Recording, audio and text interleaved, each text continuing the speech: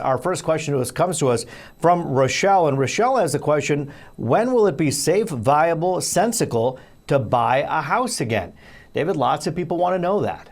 It is right now. I think it's very viable. And the short thing is that even though interest rates have gone up, they're at the same level they were at basically in 2019. So certainly a great opportunity right now to buy a home. You got to remember, we're coming off of the lows of all lows, and we're at a territory right now that's very affordable and advantageous historically for folks that are looking to buy a house right now.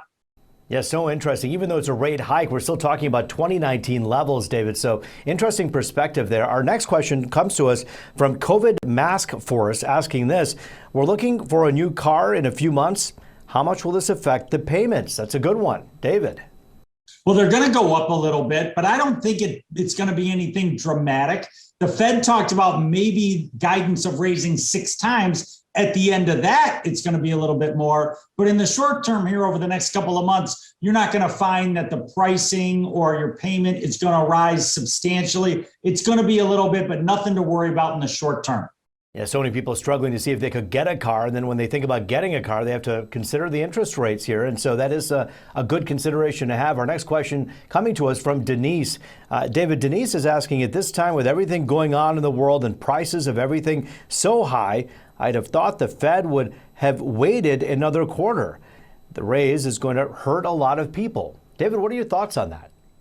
Well, Denise, I think it's an interesting point. I think the reality is if the Fed had not raised, that the markets would have been extremely surprised, and that's usually not good. So I think in the long term, with them trying to curb inflation and also bring down the overall pricing of a lot of goods and services, it's probably a good move that the Fed did that, and I think they're going to do it again at their next meeting. All right, buckle up. The interest rate roller coaster does continue here. David, last question coming to us from Shayna. Shayna's asking, hey, the Fed is raising rates to try to slow inflation, but how effective can they be when most of the inflation right now is caused by a lack of supply? And we've been talking so much about that lack of supply. David, talk about how that affects this equation.